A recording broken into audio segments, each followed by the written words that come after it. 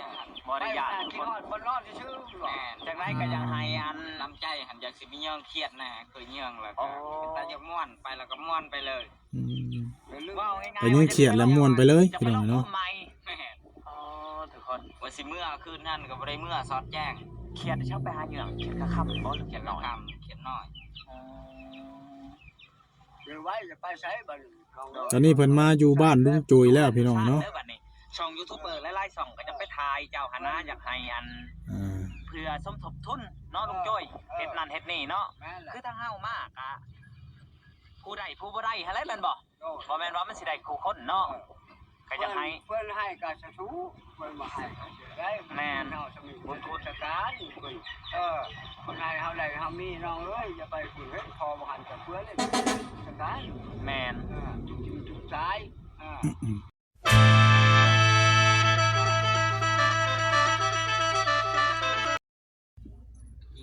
ป้ายช่างนี่ฮะ ปากก้าง ปากกัง ตัวนึงหันใหญ่ ภาษาเราเพิ่นเอิ้นว่าป้ายช่าง อากาศยาน อากาศจัดเนาะใช่ตัวนั้น เพียแล้ว โอ้ผักน้ำบ่นี่ฮะทุกคนผักน้ำนี่คือน้องอาเบยอาม่าให้พ่อตุจ้อย แซ่บมาลวกจับแก้ว แซ่บบ่โอ้มื้อแรกในห้องปากพ่อเฒ่าแล้วสั่นพ่อตุจ้อยเนาะปลาสิยำได้บ่พ่อตุจ้อย มันจะข้าวนึงเนี่ยนะฮะ ฮะ มันอ่อนนะ อ๋อ มันอ่อนนะ มันเป็นแข็งแบบนี้ นั่นแหละพอลงว่าสูเด้อว่าให้ลูกคอยมาหาพอเด้อว่าพอโลอีหลีอ่ะ โปโลอีลีดอก พอโลอีหลี คือเฮานี่ก็เว้าอยู่ทั้งอันนั้นบ่อนนั้นหันทุกคน เจ้าสิมาค่อยบ่ แม่น น่ะ สิมาปากหน้า บ่อนที่เฮือนเก่าๆหั่นเด้อันที่ว่าบ่อนพอเจ้าใต้หั่นเด้คอยมาหามื้อเช้านี่คอยก็ไปนะหันแล้วคอยก็ว่าสาธุเด้อขอให้ลูกเจ้าอันออกมาให้เจ้าจุ้งมาให้บ่ค่อยเห็น ให้เบาสัญญาเห็นได้พัดเดินทางออกไปพัด เฮ้ย ชาวบ้านวันนี้เด้นี่น้องอาเบยนั่งอยู่นี่แน่บักอุ้ยอาเบยอีหลีว่ะอ้าวว่าไปจังได้มาจังได้อ๋อมาสุดท้ายน้องว่าไปกันเขียนไปกันกับไผเขียนฮะ เอาพี่น้องไงเนาะก็ถือว่าน้องเบยออกมาแล้วว่าซั่นเนาะพี่น้องไงเนาะเอาสบายดีเด้อพ่อแม่พี่น้อง FC กันเบิดสุขุสุขคนพี่น้องไงเนาะพบพ่อกับซ่องเบาเผยมื้อนี้ก็อยู่ในรถพี่น้องไงเนาะพอดีว่ามาแต่เวียกของทางบ่อจิตเพิ่นพี่น้องไงเนาะบ่อจิตเพิ่นว่าที่ว่าเกิดอุบัติเหตุรถแบบเฉี่ยวชนต่ำกันแหละพี่น้องเนาะถือว่าทั้ง2กับ2ฝ่ายเพิ่นก็ถือว่าตกลงกันแล้วโอเคพี่น้องเนาะเพิ่นก็ยอมใส่ใจเนาะที่ว่ามันเกิดขึ้นพี่น้องเนาะตอนนี้ทางบอลเผยก็อยู่ในรถก็ทั้งบ่จิตบ่แซนเพิ่นกำลังกินข้าวพี่น้องเนาะทางบอลเผยกินแล้วก่อนเพิ่นก็สิกลับเมื่อส่งทางบ่จิตแล้วก็เอาเครื่องเอาของขึ้นไปเฮือนของน้องสายฝนทั้งประตูโจยเพิ่นแหละพี่น้องเนาะก็พอดีว่าเปิดเบิ่งคลิปพี่น้องเนาะเปิดเบิ่งคลิปเจอตัวทั้งน้องสายน้องเวยแล้วว่าซั่นเนาะพี่น้องเนาะออกมาแล้วว่าซั่นเนาะถ้าเห็นในคลิปนี้ทางสร้างมาเฮ็ดห้องน้ำทางประตูโจยนั่นแหละพี่น้องเนาะไปพบพ่อน้องเพิ่นเนาะถือผ้าตรงนึงแล้วก็มีอย่างฟักอย่างพักน้ำพักอย่างมาฝากว่าสิมาฝากลุงโจยเนาะพี่น้องเนาะเราเห็นในคลิปนี่แหละพี่น้องเลยคำบอกเพิ่นว่าเพิ่นไปก้านเคียดพี่น้องเนาะเขาเจ้าว่าเขาเจ้าเขาให้เขาเห็น คำว่าลายคนในลีเราเป็น100คนมาให้ดีใจ คิดว่าหยาดบ่เนาะ บ่ได้ยาน บ่ได้หยาด กินฮอดบ่นอนซื่อๆ แม่ จังไดก็ยังให้อัน น้ำใจหันอยากสิมีเยื่อเครียดนะเคยเยื่อแล้วก็แต่จะม่วนไปแล้วก็ม่วนไปเลย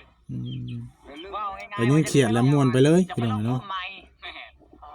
ทุกคน ว่าสิเมื่อคืนนั่นก็บ่ได้เมื่อซอดแจ้ง เครียดชอบไปหาเหยื่อเครียดกะค่ำบ่หรือเครี เขี ย ย ด น น้อย คำเขียนน้อย เดี๋ยวไว้จะไปใช้บัดนี้ ตอนนี้เพิ่นมาอยู่บ้านลุงจุยแล้วพี่น้องเนาะ ช่องยูทูบเบอร์หลายๆช่องก็จะไปถ่ายเจ้าหน้าอยากให้อัน เพื่อสมทบทุนเนาะลุงจ้อยเฮ็ดนั่นเฮ็ดนี่เนาะ แม่นแหละ คือทางเฮามากอะผู้ใดผู้บ่ได้หั่นแหละแม่นบ่บ่แม่นว่ามันสิได้คู่คนเนาะก็อยากให้ เพิ่นให้กะสะสูเพิ่นบ่ให้ก็สิได้เฮาสมิบุญโทษการเพิ่นคนให้เฮาได้เฮามีน้องเอ้ยอย่าไปฝืนเฮ็ดพอบ่หันกับเพื่อนเลยสการ แม่น จุดซ้าย แม่นหั่นแหละ ก็ถือว่า ทางลุงโจยเพิ่นก็อ่าแนะนำทางน้องเพิ่นพี่น้องเนาะว่าผู้ใหญ่เพิ่นอยากช่วยอยากซอยเนาะหรือว่าทางทีมงานช่วยเหลือเฮาก็อยากซอยน้องเพิ่นนั่นแหละพี่น้องเนาะคือ FC เว้านั่นแหละทางประตูโจยเพิ่นก็ได้แนะนำน้องเพิ่นหรือว่าอบรมเนาะเพิ่นมาน่ะมาแต่ก้านเครียดว่าซั่นเนาะก็หลายๆคนเนาะพี่น้องเนาะเพิ่นว่าทั้งคิดไปต่างๆนานานะพี่น้องเนาะว่ามีแบบผู้นั้นผู้นี้พาไปบ่ว่าผีเนาะว่าผีพ่อผีหยังพาไปจังซี่ซั่นมันแม่นอยู่บ่ล่ะบัดนี้พี่น้องเนาะหรือว่าน้องเพิ่นไปเองเพิ่นพี่น้องเนาะอยากฮอดเวลาเพิ่นก็มาเนาะอันนี้ทางเบาเผยฮู้นะว่าเพิ่นไปเองเพิ่นนั่นแหละบ่มีผู้ใดพาไปดอกพี่น้องเนาะฮอดถ้าเพิ่นอยากมาก็มาเนาะทั้งหลายคู่หลายคนหรือว่าทั้งบ่ล่าชาวบ้านมายังออกตามหากระทึกนึกน้องคือเมื่อวานนี่บ่เผยลงคลิปนั่นแหละพี่น้องเนาะตามหาพอดีว่าให้เพิ่นลงคลิปเมื่อเช้านี่ก็พอดีพบพ่อน้องเพิ่นออกมาว่าซั่นเนาะว่ามีผู้นั้นว่ามีผู้นั้นพาไปจังซี่จังซั่นเพิ่นก็นั่นมันแม่นอยู่บ่ล่ะบัดนี้ทางบ่เผยเห็นว่าเพิ่นไปเองเพิ่นนั่นแหละเนาะตอนนี้กำลังสิพากาเกียมขึ้นไปหาน้องเพิ่นเนาะพี่น้องเนาะเอาก็ถือว่าน้องๆเพิ่นออกมาแล้วก็ปลอดภัยพี่น้องเนาะบ่เป็นหยังหรือว่าเพิ่นทางต่างกับคนคิดหายาเพิ่นย่านเพิ่นหยังมันบ่แม่นเนาะพี่น้องเพิ่นบ่ได้ย่านเนาะเพิ่นว่าเพิ่นคิดว่าบ่ย่านย่านแต่เพิ่นไปอยากไปเองเพิ่นนั่นแหละไปแล้วแบบบ่ได้บอกนะพี่น้องเนาะเอาก็ถือว่าน้องกลับมาแล้วก็ถือว่าพอดีแล้วมื้อนี้ก็สิพากันเข้าไปหาน้องเพิ่นอยู่พี่น้องเนาะไปหาน้องเพิ่นอยู่เห็นบอกเพิ่นมากับมาหาประตูโจยเพิ่นอยากมาอยู่น้ำน้องสายฝนแล้วกับประตูโจยพี่น้องเนาะถือว่าเพิ่นมาเมื่อเช้านี่ทั้งเบาเผยเบิ่งคลิปก็คือเพิ่นมากัน1ข้าว1น้ำได้พี่น้องเนาะ1ข้าวน้ำซอยทั้งน้องสายฝนซอยกันเฮ็ดอยู่เฮ็ดกินก็โอ้เบิ่งแล้วก็ถือว่าสมใจเพิ่นอยากมาแต่พี่น้องเนาะมันก็แบบเบิ่งเป็นตะเบิ่งนะพี่น้องเนาะใครกลัวสิให้น้องไปอยู่อยู่จังซั่นผู้เดียวบ่มีผู้เว้าบ่มีผู้บอกผู้สอนบ่มีผู้เฮ็ดนี่มาอยู่ลุงโจยนี่ลุงโจยก็สิแนะนำทั้งน้องสายฝนก็สิแนะนำเนาะว่าคนเฮ็ดแนวนั้นแนวนี้ได้ยินเพิ่นข่าวเพิ่นว่ามื้อนี้น่ะเพิ่นสิไปซื้อโทรศัพท์ให้น้องเพิ่นพี่น้องเนาะทางเขาเบาล่าเบาพรเบาสัญญาสิพาน้องเพิ่นไปซื้อโทรศัพท์แล้วก็หลังจากซื้อโทรศัพท์มาก็สิกาเกียมหรือว่าสิปุกกระต๊อบกันหยังให้น้องเพิ่นนะแล้วเฮาสิเข้าไปถามน้องๆเพิ่นว่าเฮ็ดอยู่หั่นบ่หรือว่าสิมาอยู่ลุงโจยบ่แต่เฮาก็ยังบ่ได้ถามไทยกับทางในบ้านอยู่จริงเนาะมีแต่โทรศัพท์หาเพิ่นว่าบ่รับน้องเพิ่นนะพี่น้องเนาะยังอยากคุยกันอยู่อยากให้น้องเพิ่นมาอยู่แบบว่าอยู่ลุงโจยเนาะพี่น้องเนาะมันจังจะได้สะดวกสบายพี่น้องเนาะคลิปเพิ่นพ่อเห็นกันในเบิ่งนะพี่น้องเนาะต้องไปหามก่อน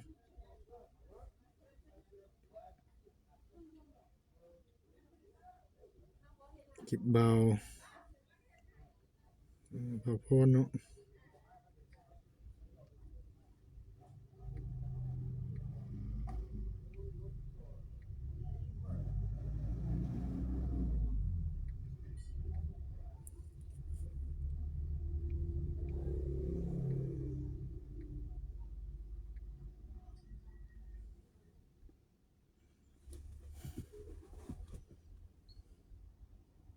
เสื้อผ้าจะได้จากตู้กิน ตัวเดียว2ตัวก็พอแล้วบ่ได้อยากได้หลาย นี่เป็นคลิปเก่าเพิ่นเนาะ พี่น้องสำหรับคลิปนี้บ่พรก็ได้มาหาน้องเบยอีกครั้งพี่น้องเนาะซึ่งน้องเบย สับกระข้างพี่น้องเนาะ เอาซับบ่แซนมาอันนั้นให้พี่น้องเบิ่งนี่บ่ล้านี่เนาะเบิ่งพี่น้อง หมดมาแล้วก็ลังเลยแบบขึ้นไปหน้าอย่างเดียวเลย ฟังเพิ่นเว้าต้องการพี่น้องเว้ย แต่ว่าไปจากหมู่ก็ออกจากเชียงนะประมาณ เลือกสีมันมืดเนาะพี่น้องเนาะเมื่อกี้บ่ล้าจะเป็นแบบนี้เนาะ สบายดีบ่สัญญา เด้อ สบายดีบ่พรสบายดีน้องอัน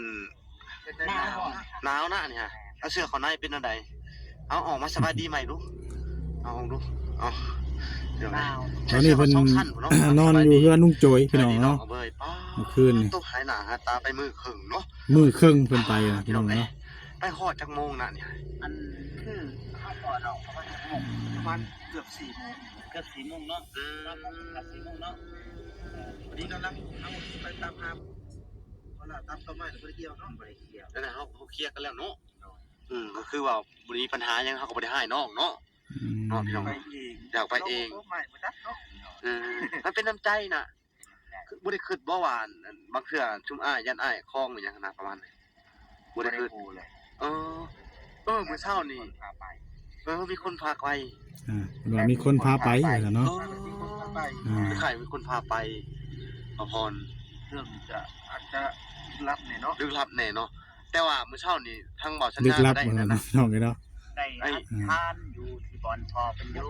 บ่คนพออยู่ แม่นเฮาก็ว่าอัน เออ เอาเด้อพออันน้องเบ้ยเอ้ย มีการไปจุดธูปจุดธูปจุดเทียนเนาะ คนจะสวยเรือลาย ตามความเชื่อของเพิ่นเนาะว่าให้น้องเพิ่นออกมาว่าซั่นเนาะ หน้าพ่อเด้อว่ะ โดย ก่อนเฮาเว้าแล้วเฮาก็ไปเลยเด้ เห็นอยู่ว่าชันนาก่อนสิออกก็แม่ถ่ายคลิปไปเลยเป็นหมอเช้านี่เนาะพี่น้องเอ้ยดีใจนำเด้อดีใจเพราะว่าคนน่ะเข้าใจผิดกันไปต่างๆนานาเนาะว่าชุมอ้าย3คนนี่เอาไปเฮ็ดคอนเทนต์แล้วไปเสื่องไว้อยู่ซั่นจังซี่นะขอพร ละแม่นเขาก็ได้อ่านเขาเป็นลายส้ม หลักๆคือเบาล่าเลยครับ แม่นเพราะว่าเวลาอยู่เป็นคนสุดท้ายเพิ่นว่าป้าพี่น้องเอ้ยขอโทษขออภัยนำเด้อเพราะว่าน้องหายอีหลีเนาะบ่ได้แม่นบ่แม่นคอนเทนต์บ่แม่นหยังเนาะบ่แม่นการแบบเฮ็ดคอนเทนต์เฮาสิเฮ็ดไปเพื่ออีหยังเฮามันเสียเวลาเฮาก็อยากสอน เนาะ เนาะ ไปหาอยู่ป่าได้เบาล่ะคือแหลกที่เมื่อวานนี่เด้เราสัญญาลงไปกับไปหาอยู่ป่าท่านว่าอันอยากเฮ็ดคอนเทนต์สิไปหาเฮ็ดนั่งอยู่ป่าน้ำมันรถก็ยังมืดกัน แม่น ทางกับคนสัญญา แม่นบางคนบ่เข้าใจเฮาเนาะ บัดนี้เพื่อเฮาสิเมื่อฮอดบ้านก็ไปหาเจ้าก็7-8 โมง โดยบ่ได้ไปเกิดไปคานหรือหยังนะแม่ก็เคยพันเห็นอยู่บ่นี่เพิ่น คล้ายๆคือ สันนิษฐานกันว่าทั้งพ่อของน้องเวยนี่พ่อของน้องเวยนี่วิญญาณเพิ่นนี่เนาะแล้วสิพาน้องเพิ่นไปเนาะหรือว่าไปเสื่องหรือว่าไปบังไว้นะพี่น้องเนาะอันนี้ทั้งความเชื่อของบุคคลพี่น้องเนาะแต่พังบ่เผยนะบ่เชื่อแล้วเพราะว่าเราไปเองแล้วนั่นแหละเนาะบัดนี้เฉพาะอันเราเมื่อยไปแล้วก็เราก็มาแล้วก็ว่าเรานั้นนี่พี่น้องเนาะเอาเรื่องนี้เฮาก็ยังบ่ฮู้จักคักเท่าไหร่ครับไปติดตามกันอยู่ที่เพื่อนของน้องสายฝนพี่น้องเนาะว่ามันแม่นจริงแท้บ่พี่น้องเนาะไปรุ่นไปส้มเบิ่งน้ำกันพี่น้องเนาะก็ถือว่าดีแล้วเพิ่นออกมาแล้วก็เห็นตัวเพิ่นแล้วก็ดีใจนํพี่น้องเนาะเดี๋ยวขึ้นไปมื้อนี้ตอนนี้กลับมือเอาเครื่องอยู่เพื่อนก่อนพี่น้องเนาะยังบ่ทันไป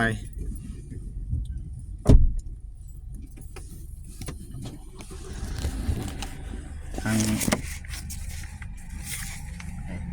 กินข้าวกินน้ำอิ่มแล้วเนาะสบายดีเด้อเนาะ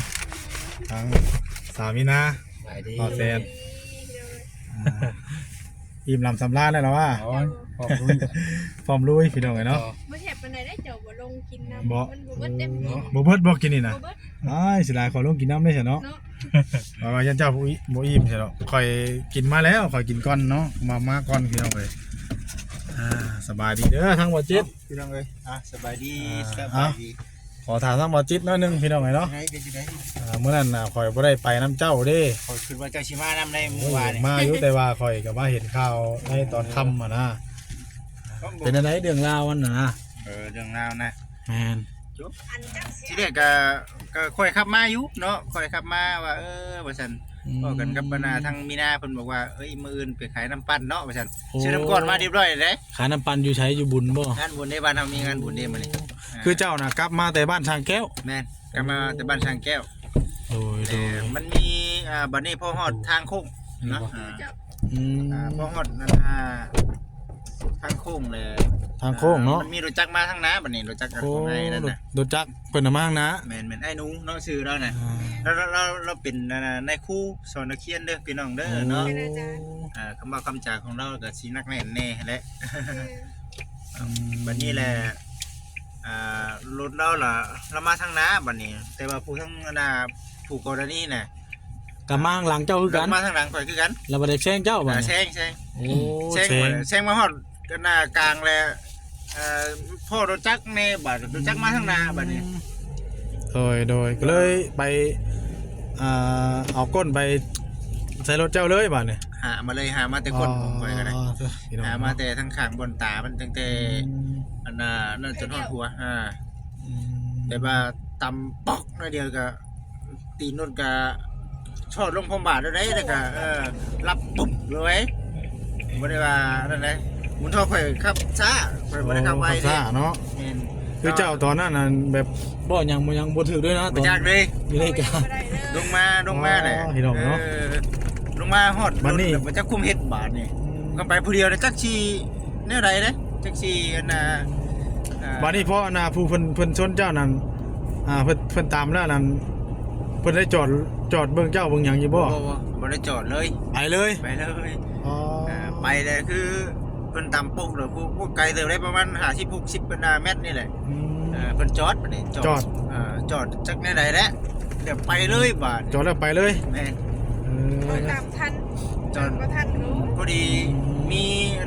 เด็กน้อยวัยรุ่นแน่น้องนิวชื่อเพิ่นเนาะแล้วเพิ่นขี่รถมาเบิ่งเนาะขี่รถมาเบิ่งแล้วบ่จิตเองก็ได้บอกให้น้องเพิ่นไล่ตาม เลย น้องเพิ่นก็ไล่ดีได้น้องเพิ่นก็ได้โอ้ถือว่า ระหว่างใครแต่ว่ามีพลเมืองดีเนาะพี่น้องเนาะชดซอยกัน ฉันแม่นคันบ่ได้ตามมื้อวานนี่ยันแม่นเป่าชื่อบ่จิตเนาะยันแม่นแบบโอ้ยเสียค่าซองบิงไปเลย คือตอนนี้ก็รถเข้ามาอยู่บนอุสมแล้วเนาะ แม่น คือทั้งผู้เพิ่นพิษได้เพิ่นรับผิดชอบทุกทิ้งทุกอย่างบ่ จากที่พากันไปเมื่อนี้นะว่าเว้ากันว่าโอเคแล้วว่าฉัน โอเคเนาะ คันว่าเพิ่นสิบ่มักยากอีกเนาะมือใจเงิน คือจักมื้อที่ว่ารถเจ้าสิเช่นสำเร็จนะบัดนี้ ตีราคาตีประมาณ3มื้อเนาะ 3 มื้อ 3มื้อแล้ว 3 มื้อพี่น้องเนาะ 3มื้อแล้วแต่ วันนี้ค่าใช้จ่ายค่าเสียหายได้จ้ะ พูดจริงก็อยากให้เขาเจ้าเบิดนั่นแหละพี่น้องเอ้ยเขาเจ้าเบิดนั่นแหละจ่ายเบิดเนาะ โดย ตัวนี้น่ะเขาเป็นคนจ่ายแต่ว่าพังเบิ่งเฮารอรุ่นเบิ่งว่ามันสิรับรื่นไปด้วยดีบ่ตัวนี้เฮา ไปรับรื่นไปด้วยดีก็โอเคเนาะ เนาะตอนนี้ยังรู้สึกว่าเราก็ยังว่าบ่ลงปานใดเนาะแต่ว่าทางไป ฟังไปเนาะพี่น้องเนาะ ทางไป มีแต่ว่า ว่ายึดแบบห้าหนึ่งบ่เนี่ย แม่นเคยมาแล้วนี่แหละ งามเนาะ ใช่ประตูนั่นบ่เจ้า เอาก็ นะ ถือว่า เจ้าสิใช่ เคลียร์กันมื้อนี้ก็ถือว่า นี่เลย โอ้ ตกลงกันโอเคพี่น้องเนาะถือว่าแม่วิทย์เคราะห์วิทย์เคียนธนบัตรนี่พี่น้องเนาะ ใจ ได้ก็สู้ๆเนาะทางบ่จิตกับสามีนาเดี๋ยวแล้วใดมันคุยกันผ่านไปแล้วเนาะเอ้าพี่น้องเนาะสำหรับคลิปนี้ก็จะได้ขอตัวจบคลิปแล้วพี่น้องเนาะมื้อนี้ก็ไปนํกันพี่น้องทีมงานเฮา แม่ เป็นหูเป็นตานํกันเนาะไป โอ้ยคันมุ้ยโอ้ยมึงบ่เฮ็ดก็ได้ได้ครับมีแต่ผู้จิตร้อนๆนี่ซ้ำเขาสิบอกบ่ได้ แม่นพี่น้องเนาะเพิ่นก็ถือว่าชนแล้วนี่ก็ห่วยพิษลายแล้วพี่น้องเนาะโอเคพี่น้องเนาะแต่คือว่าพุ่นแหละพบพ่อกันอยู่บ้านประตูโจยพุ่นแหละพี่น้องเนาะ คุณเนาะมื้อ ตอนนี้กำลังสิกลับเข้าเมืองเอาเครื่องเอาของพี่น้องเนาะโอเคเด้อพี่น้องสำหรับคลิปนี้ก็จะได้ขอตัวจบคลิปแล้วเนาะพบพ่อกันคลิปหน้าคลิปต่อไปเนาะถ้าว่าผิดพลาดประการใดก็กราบขอโทษขออภัย FC พี่น้องหมู่เพื่อนเบ้อสุขุสุขคนพี่น้องเอ้ยเอารุ่นเบิ่งนํกันพี่น้องเนาะว่าทั้ง สิรับเรื่องไปได้ดีบ่ดี สิรับลื่นไปด้วยดีบ่ถ้าติดตามเบิ่งในคลิปทั้งเอาบ่จิตเนาะหรือว่าทีมงานเฮานี่แหละพี่น้องเนาะโดยเอาพี่น้าน้องไปสะก่อนแล้วเนาะทั้งนี่ยังไงในห้อยเนาะ